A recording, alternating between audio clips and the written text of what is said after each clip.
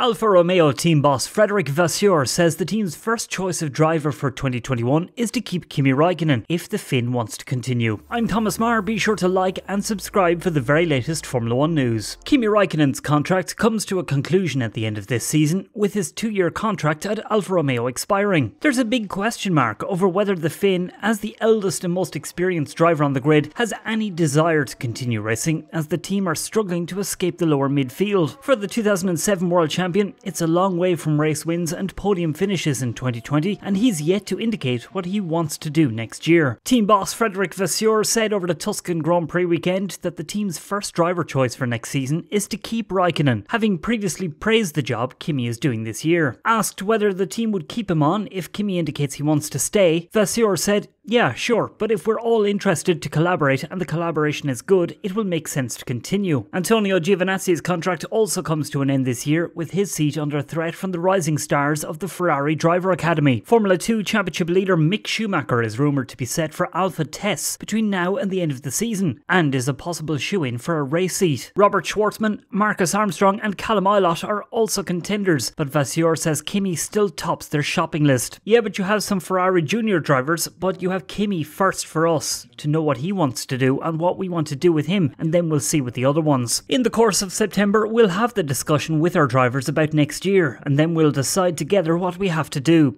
For sure now we have plenty of drivers available on the list. Raikkonen scored his first points of 2020 at last weekend's Tuscan Grand Prix, ending his longest streak in F1 without points after 9 races outside the top 10. Kimi came home in P9 despite picking up heavy damage on the first lap. His team rebalanced the aero as much as they could at the red flag period, but it was a miserable race overall, with Kimi falling a lap down. That was until the final red flag, when Kimi was able to reset onto the same lap and fit softs for the sprint to the line. Despite a 5-second time penalty for entering the pit lane too late and crossing the white line, Kimi's pace was strong enough to finish P8 on track and P9 after the penalty. "That was a very difficult race, definitely my most difficult and challenging race to date," said Kimi's race engineer afterwards. "I'm very happy for the points today, we all deserve it so much at Alfa Romeo, we're making progress with the car." Brilliant drive from Kimi as usual, what a warrior, what a racer. Raikkonen explained afterwards he picked up floor and front wing damage in the first lap melee. "The damage made the handling of the car really bad, and we struggled with the balance. We lost a lot of downforce, but in the end we were still able to push at a decent pace. I had a slow pit stop, but thankfully the second red flag got us back in the fight. Then I had a penalty for crossing the pit entry line, which didn't help, but after the second red flag I was still able to do some good laps and in the end only lost 1 place. It was far from the perfect execution of a race, but despite all the issues we still brought home 2 important points. It's still a bit of a shame as we've made some good progress, and I think we could have finished even higher with a cleaner afternoon, but hopefully we'll carry the performance for the next few events."